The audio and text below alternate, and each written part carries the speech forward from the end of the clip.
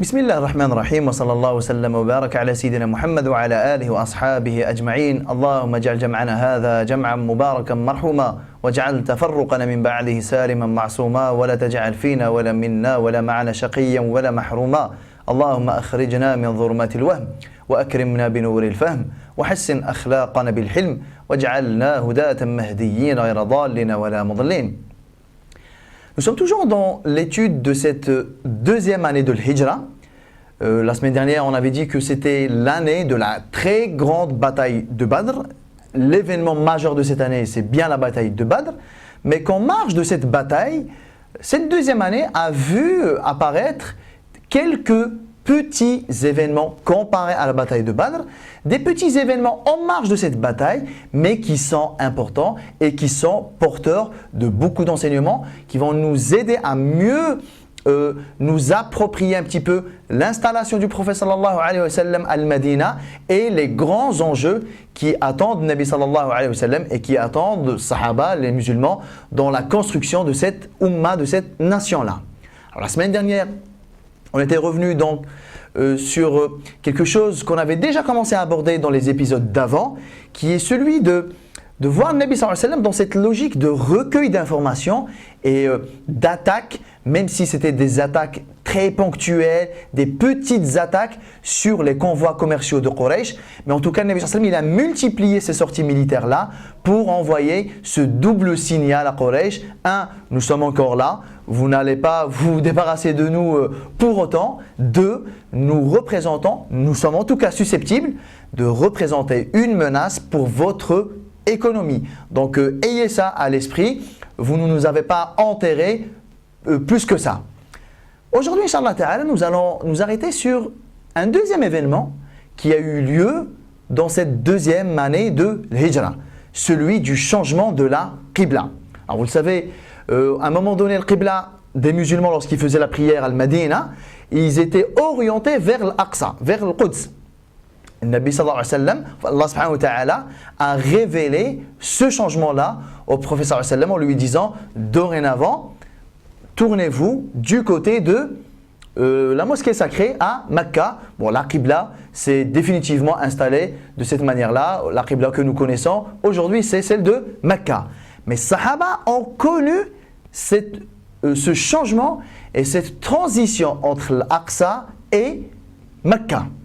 Alors, sans trop revenir sur comment ça s'est passé, l'essentiel c'est que vous savez, il y a une mosquée à Al-Madina qui s'appelle la mosquée des deux Qibla, Masjid al-Qiblatayn, tout simplement parce que lorsque le Nabi sallallahu alayhi wa sallam a reçu cette révélation comme quoi il fallait dorénavant se tourner vers le Masjid al-Haram, le Nabi sallallahu alayhi wa sallam, donc il a fait tourner les Sahaba vers l'Aqsa, vers Mecca, mais il y avait des gens qui étaient à l'extérieur de Al-Madina, de la mosquée du prophète sallallahu alayhi wa sallam, et qui n'ont pas eu cette info-là dès le premier instant. Lorsque le Nabi sallallahu alayhi wa sallam, selon les narrations, on dit que c'était une prière de l'Asr, lorsque les Sahaba qui étaient présents à la mosquée du prophète sallallahu alayhi wa sallam ont fini leur prière, ils sont repartis pour leurs occupations, un des compagnons est passé par un groupe de musulmans qui étaient en train de faire Salat al-Asr à l'extérieur un petit peu de Madina, là où il y a Masjid al-Qiblatayn de nos jours. Et pendant que ces musulmans-là, ils étaient en plein recours, en direction de l'Aqsa, il leur a dit, le Qibla vient d'être changé, tournez-vous à 180 degrés. L'Aqsa, il est au nord de Medina et Mecca, elle est au sud de Medina. Donc il leur a dit, la Qibla, elle a changé, tournez-vous vers Mecca. Et qu'est-ce qu'ils ont fait? L'imam et les gens qui priaient derrière lui, pendant qu'ils étaient en recours, ils se sont tous tournés en direction de Mecca. C'est pour ça qu'on dit que la mosquée là, c'est la mosquée des deux Qiblats, parce que c'est la seule mosquée où, dans une même prière, les musulmans ont prié vers deux Qiblats et ils n'ont pas eu à la refaire ou quoi. Dans une même prière, on ne sait pas exactement le nombre de rak'at, mais il y a eu quelques rak'at en direction de l'Aqsa et les dernières rak'at en direction de Mecca. Et ensuite, alhamdoulilah, Qibla, elle s'est installée comme on le sait aujourd'hui. Alors, voilà, c'est vrai que quand on lit un livre de Sira, on dit, ben voilà, il y a eu cet événement-là, ben ok, voilà, la narration, elle a duré 20 secondes, 30 secondes. Quels sont les enseignements qu'il y a derrière ce changement de Qibla? Il y en a un paquet, comme on va le voir aujourd'hui, Inch'Allah Ta'ala. Alors, premièrement, on sait que les Arabes, de façon générale, de toutes les personnes de la péninsule arabique, et particulièrement les Mécois, accordaient une importance et une sacralité et un culte de l'Kaaba qui était extraordinaire. Alors les gens, ils étaient capables de faire n'importe quoi pour le Bayt, pour la demeure sacrée. Donc le Kaaba, Mecca, c'est quelque chose auquel les Arabes sont habitués, c'est quelque chose, c'est une ville, c'est un lieu, c'est une direction à laquelle les Arabes sont habitués. Encore plus les Mécois qui lui vouent une vénération exceptionnelle et un respect et une sacralité sans mesure. Ça, on le sait. Lorsque Allah subhanahu wa ta'ala a ordonné, a demandé au prophète sallallahu alayhi wa sallam et aux compagnons, lorsqu'ils sont arrivés à Medina, de prier en direction de l'Aqsa, c'était un ordre qui va à l'encontre de ce à quoi les musulmans ils étaient habitués. C'était des Arabes. L'ordre de prier vers l'Aqsa, c'était un ordre qui va à l'encontre de ce à quoi ils s'attendaient. Je veux dire par là, avant que Allah subhanahu wa ta'ala n'exige des musulmans de se tourner vers l'Aqsa, si on avait demandé à tout le monde vers où pensez-vous qu'Allah vous demandera de vous diriger dans vos prières, mais tout le monde allait dire le Kaaba, tout le monde allait dire le Bayt al-Atiq, la demeure ancestrale, la demeure ancienne.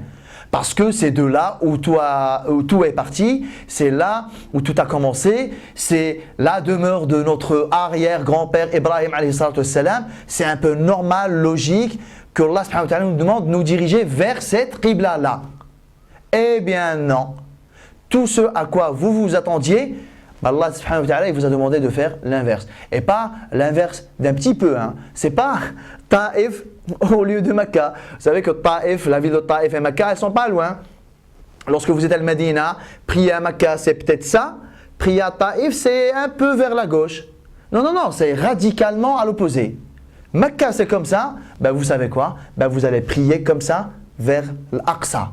Et quel est l'enseignement principal de ce changement-là? C'est casser les habitudes. Et ça, c'est quelque chose de très éducatif. Allah subhanahu wa ta'ala, à plusieurs reprises, il a exigé des musulmans, même de nous, il a exigé des musulmans des choses qui vont à l'encontre de ce à quoi on aurait pu s'attendre.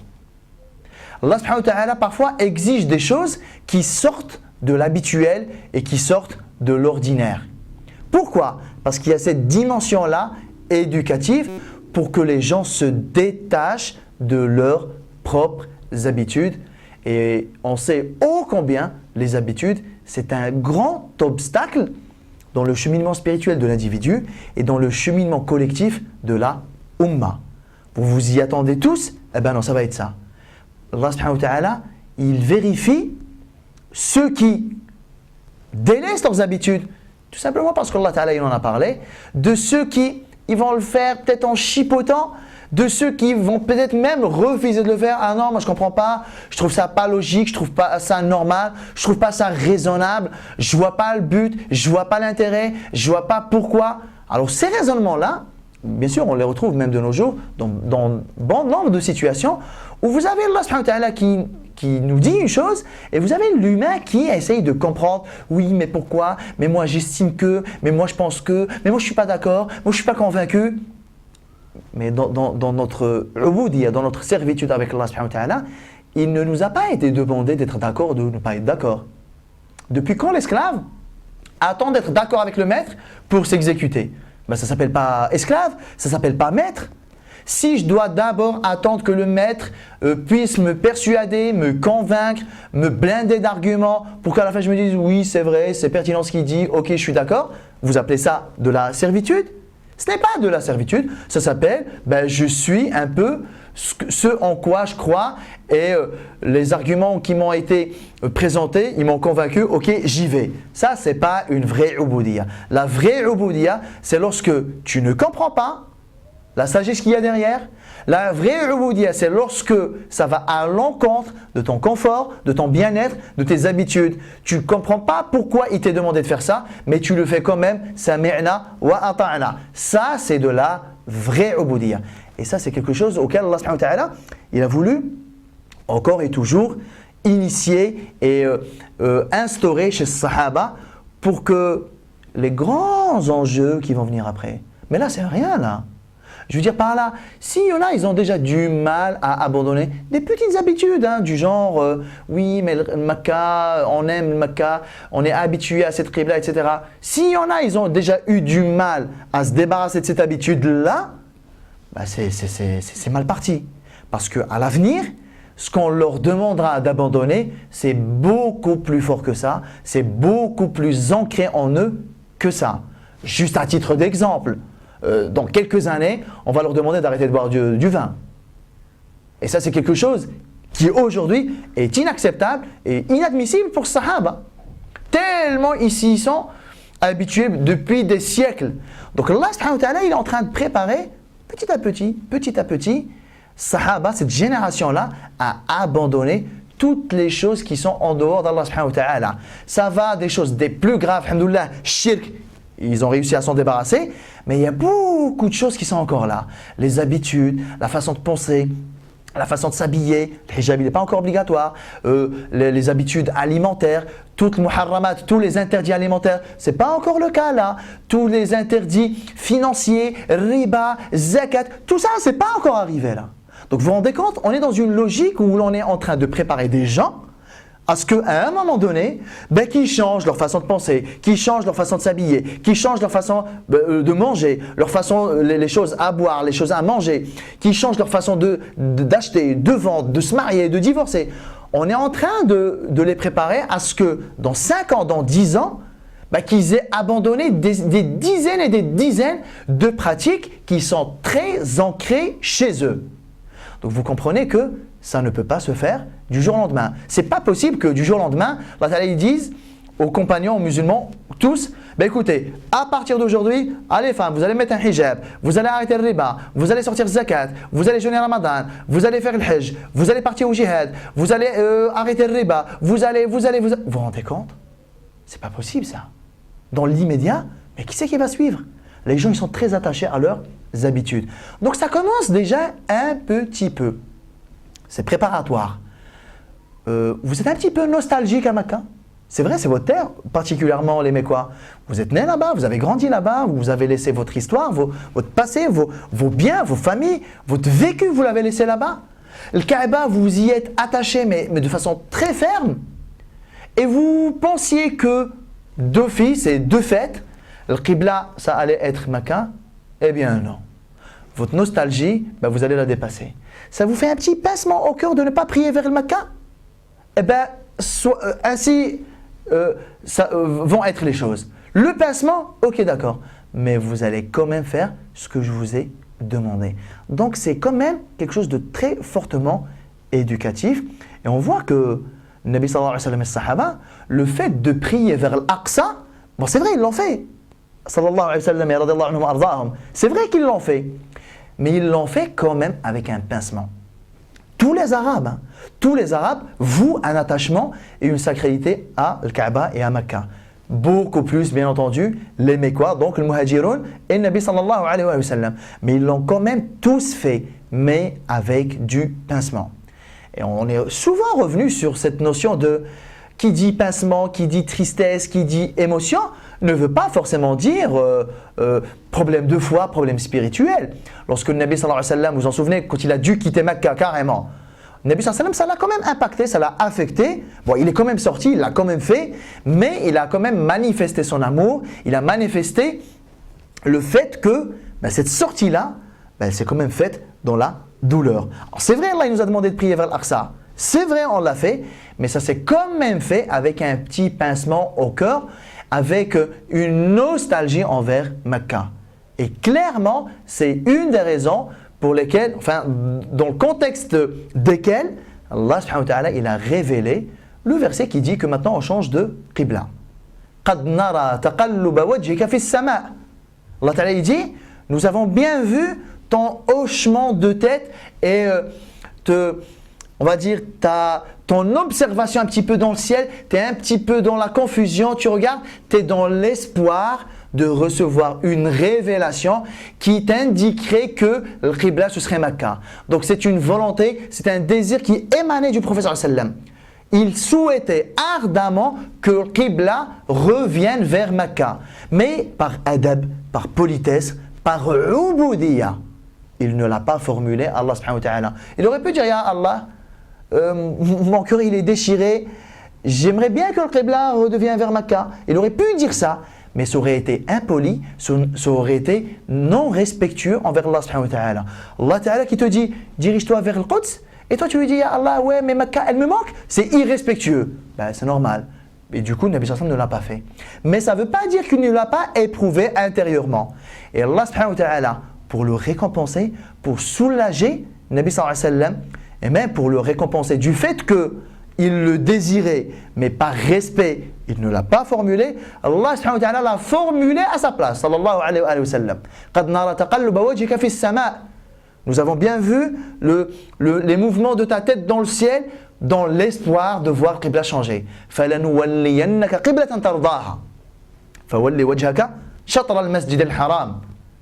Nous allons te faire diriger vers une Qibla qui te satisfait. Donc on voit que c'est clairement une faveur, c'est clairement une récompense et un cadeau d'Allah subhanahu wa ta'ala envers le Nabi sallallahu alayhi wa sallam, envers le Muhajirin particulièrement, mais envers tous les Arabes qui, pendant tout cet intervalle de temps, ils faisaient alhamdoulilah, la prière vers le Quds, mais avec ce petit pincement envers Mecca. Donc l'enseignement principal, c'est cette idée d'être prisonnier de ses habitudes. On a vu que le Nabi sallallahu alayhi wa sallam, je vous renvoie aux premiers épisodes de Sira quand on avait parlé de son enfance, alayhi sallam, une enfance exceptionnelle pour un futur grand homme exceptionnel. On avait vu que le Nabi alayhi sallam, lui-même, ne s'est jamais habitué à quelque chose de façon absolue. Depuis sa naissance, il n'a pas cessé de changer d'environnement justement pour se détacher des habitudes et pour développer son sens de l'adaptation. Franchement, des choses qui nous manquent énormément, nous les musulmans, malheureusement. On a du mal à abandonner nos habitudes et par conséquent, nous avons du mal à nous adapter aux nouvelles exigences, nous avons du mal à nous adapter aux nouveaux environnements, on a du mal à nous adapter aux nouvelles circonstances parce que on est toujours dans cette nostalgie, dans cette émotion. Oui, mais c'était super avant. Oui, mais les débuts, ils étaient géniaux. Et bien du coup, on ne change pas et du coup, on ne s'adapte pas et du coup, on n'avance pas et on ne bosse pas. Si vous voulez, il y a toujours deux avis. Il y a l'avis du cœur, ouais, j'aimerais bien, j'espère bien, Medebia, quoi, comme on dit. J'aimerais bien, j'aimerais tant. Ça, c'est une chose. Ça, c'est tes désirs, tes espoirs et tes émotions. Non, mais il y a aussi des décisions un petit peu de raison. Concrètement, il y a des objectifs à atteindre. Concrètement, il y a du boulot à faire. Concrètement, il y a une umma à mener. Concrètement, il y a un message à transmettre. Lorsqu'il n'y a pas d'incompatibilité, ok, c'est pas grave.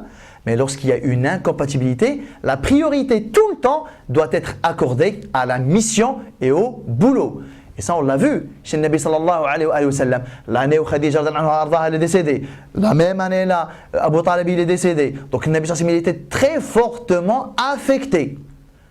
Est-ce que pour autant il a arrêté de bosser? Les 3 années d'embargo, c'était quand même 3 années très difficiles. Est-ce que pour autant le Nabi sallallahu alayhi wa sallam a arrêté de bosser? Donc on voit que le Nabi sallallahu alayhi wa sallam, ça reste un humain, donc dans sa composante humaine, il éprouve des sentiments, il éprouve un manque, il éprouve une tristesse, il est affecté par les événements tristes de la vie. Ça, c'est sa composante humaine, mais sa composante d'homme de terrain, sa composante d'homme qui doit bosser, qui a une mission, elle ne le laisse jamais tranquille et elle prend toujours le dessus sur ses émotions sallallahu alayhi wa sallam et sur ses sentiments. Au début, ils ont démarré l'islam à Dar al-Arqam. Donc ça devait être génial franchement. L'ambiance, elle devait être extraordinaire. Le jour où ils ont dû, pour des raisons de boulot, pour des raisons professionnelles, pour des raisons de da'wah, pour des raisons logistiques et techniques, ils ont dû abandonner Dar al-Arqam pour sortir et transmettre le message, ils ont dû le faire. Le jour où ils ont dû abandonner Mecca, parce que la nécessité du travail exigeait ça de leur part, ils ont dû sortir de Mecca. Le jour où ils ont dû abandonner le Qibla de Mecca parce que Allah leur a demandé, ils l'ont fait. Donc on voit que ça c'est quelque chose, c'est une qualité qu'ils avaient sallallahu alayhi wa sallam et sahaba radhiyallahu ardahum, et avec laquelle on a beaucoup de mal. Des fois, vous avez des gens, vous avez des musulmans dans certaines mosquées, dans certaines associations, ils ont du mal avec le changement, ils sont très cramponnés sur leurs habitudes. Vous avez du mal carrément à leur faire changer la couleur même d'une peinture. Vous avez du mal à leur faire changer une moquette. Vous avez du mal à leur faire changer des choses. Vous avez même du mal à apporter du nouveau matériel. Ben écoutez, le micro là, il est un petit peu ringard. Aujourd'hui, la technologie, elle a évolué. Pour un petit budget, on peut quand même avoir une meilleure sono, pour une meilleure qualité d'écoute, pour les femmes, pour qu'elles entendent bien. Ben vous avez du mal à faire accepter ça chez les gens. Vous allez proposer des choses, ben écoutez, alhamdoulilah, aujourd'hui, les choses elles ont évolué, on peut faire ci, on peut faire ça, on peut faire ci, on peut faire ça. Bon, vous avez toujours des gens qui ont du mal. Écoutez, la mosquée là, elle devient petite. Ce serait bien qu'on réfléchisse à un agrandissement. Vous avez toujours des gens qui vont être un petit peu dans la nostalgie. Mais qu'est-ce qu'elle va devenir cette mosquée, subhanallah? C'est là où on a fait nos débuts, c'est là où tout a commencé. Qu'est-ce qu'on va devenir, etc. Franchement, moi je me vois mal abandonner cette mosquée-là dans sa forme actuelle. Franchement, ça va nous manquer, etc. Donc on est trop dans les sentiments, on est dans les émotions. Mais ça se fait au détriment de quoi? Ça se fait au détriment de l'avancée du boulot. Ben à côté de ça, la Oumma continue de galérer, la Oumma continue de souffrir, on continue de ne pas bosser correctement, on continue de bosser dans de mauvaises conditions alors qu'on a les moyens de modifier ces conditions juste par nostalgie. Ben les gens ils ont du mal à abandonner leurs habitudes. Alors, cette question des habitudes, c'est quelque chose qui est central. Honnêtement, qu'est-ce qui nous empêche d'avancer avec Allah subhanahu wa ta'ala si ce n'est pas notre ego par l'intermédiaire de nos habitudes? Et c'est là où on voit que l'islam il est venu pour nous casser de nos habitudes. Tu avais l'habitude, regardez même, subhanallah, la répartition des prières dans l'année, la répartition vraiment chronologique, fait que tu ne peux pas t'habituer. Vu qu'on est calé sur le mouvement du soleil, et du coup, tu ne peux pas t'habituer. C'est pas tous les jours à 13h tu pries. Non, des fois c'est 12h30, des fois c'est 13h, changement d'heure, été, ça va être 14h, 14h moins 10. Même dans tes prières, là ne t'a pas laissé t'y habituer. Pour pas que la routine s'installe et la monotonie l'accompagne. Et on sait que la routine et la monotonie sont des ennemis de la productivité et ce sont des ennemis de l'aspiration, des hautes aspirations. Donc ça change. Le fusil il est à 7h, des fois il est à 6h, des fois il est à 5h. Ramadan, des fois il est en hiver, donc alhamdoulilah ça va. Des fois il est en été, c'est un peu plus difficile, il fait beaucoup plus chaud, donc on a un peu plus soif. En hiver, alhamdoulilah c'est tranquille, donc il y a tout qui change. Subhanallah, regardez, même nos actes d'adoration, Allah Ta'ala les a fait alterner pour pas qu'on s'y habitue, pour pas que ça devienne quelque chose d'assez machinal. Ramadan, tu étais habitué à manger à une heure précise, tu sais quoi, tu ne vas pas manger. Tu étais habitué à dormir à une certaine heure, tu ne vas pas dormir à cette heure-là. Il y a tarawih, etc., etc., etc. Donc mine de rien, quand on regarde un peu de près, tous les actes d'adoration sont là pour nous faire sortir de nos habitudes. Et concrètement, c'est quelque chose sur lequel il va falloir travailler à titre individuel, mais aussi à titre collectif. Il y a des choix de cœur et il y a des choix de raison pour l'intérêt de l'islam, pour l'intérêt des musulmans. Lorsqu'il n'y a pas d'incompatibilité, ok, moi je veux bien, moi ça ne me dérange pas. Mais lorsqu'il y a incompatibilité, je suis désolé. La priorité absolue doit être accordée au boulot et au travail. Alors ça, c'est un des enseignements, c'est l'enseignement principal du changement de la qibla. Deuxième changement, deuxième enseignement, c'est que là, le Nabi sallallahu alayhi wa sallam, il est en train de faire une séparation nette avec Banu Israël. Parce que jusque-là, en se dirigeant vers l'Aqsa, on partageait la même qibla que les Juifs al-Madina. Et il y avait cette idée qui circulait comme quoi, mine de rien, c'est un peu pareil, quoi. Je veux dire, cet homme-là qui est venu avec cette nouvelle religion, l'air de rien, il ne fait que nous copier et il ne fait que appeler aux mêmes choses que nous. C'est quoi l'intérêt de croire en lui et c'est quoi l'intérêt de le suivre? Regardez, même dans sa prière, il prie dans la même qibla, vers la même qibla que nous. On adore le même Dieu, on a la même qibla. C'est quoi l'intérêt de suivre cet homme-là? Et il y avait cette idée qui circulait. Du coup, c'est vrai que vu comme ça, tu te dis, ouais, c'est quoi l'intérêt en fait? C'est une nouvelle religion, c'est la même, c'est quoi? C'est juste que là, c'est de l'hébreu, là, c'est de l'arabe, mais mine de rien, c'est exactement la même chose. Donc, ce n'était pas un peu clair, ce n'était pas clair même dans l'esprit des gens. Et bien, le Nabi sallallahu alayhi wa sallam, enfin Allah subhanahu wa ta'ala, en remettant le qibla vers Mecca, c'est comme si on marquait la séparation. Écoutez, là, ça n'a rien à voir. Donc déjà, c'était déjà rien à voir avant, mais là, le rien à voir, la différence avec Banu Israël se concrétise et se matérialise par le changement de la qibla. On sait qu'il y avait beaucoup de différences dogmatiques, ça on le savait, mais ces différences-là, elles ne sont pas visibles. C'est vrai, vous vous baladiez peut-être à Al-Madina, vous allez voir un musulman et un juif, bon, déjà, physiquement, ils se ressemblent. Ils s'habillent de la même manière, ils ont le lihya comme tout le monde. Ben, du coup, les différences dogmatiques, elles ne sont pas perceptibles comme ça visuellement. Et Allah subhanahu wa ta'ala, il a voulu qu'il y ait des choses qui, concrètement et visuellement, marquent la séparation et marquent la différence. Donc le changement de la qibla, il a une dimension dogmatique en termes de croyance et en termes religieux. Troisième enseignement du changement de la qibla, il n'est pas compliqué à percevoir et à comprendre, c'est que le Nabi sallallahu alayhi wa sallam, là encore, il est en train d'envoyer un message à qui? À Quraysh. Pas que vous pensiez que Mecca, ça y est, j'ai oublié. Ben non, plusieurs fois, des dizaines de fois par jour, je me rappelle Mecca, je me rappelle Kaaba. Ça veut dire que les musulmans n'ont pas le temps d'oublier le Kaaba. Ça veut dire, c'est un message pour vous dire, le Kaaba, Mecca de façon générale, Kaaba de façon particulière, fait partie de nos objectifs à moyen terme. On n'a pas abandonné Mecca, ce n'est pas parce que nous en sommes sortis que nous n'y retournerons pas. Mecca fait partie de nos priorités et sachez-le, Mecca, on ne va jamais l'oublier, c'est dans notre tête, c'est dans notre esprit et c'est tellement quelque chose que nous allons convoiter, c'est tellement quelque chose que nous allons poursuivre et c'est tellement une destination vers laquelle on va revenir que Allah subhanahu wa ta'ala, on a fait notre qibla quotidienne et ça c'est quelque chose qui a du sens pour Quraysh. Ça veut dire quoi? Ça veut dire Mohammed il n'a pas lâché l'affaire avec Mecca au final. Ça veut dire il y retournera un de ces quatre. Alors déjà, il est là, il existe avec ses manœuvres militaires. Il menace notre économie et là clairement il est en train de nous dire attendez-vous à me voir arriver un de ces quatre. Et vous savez quoi? Nabi sallallahu alayhi wa sallam, il savait que Mecca, il allait y retourner un de ces quatre.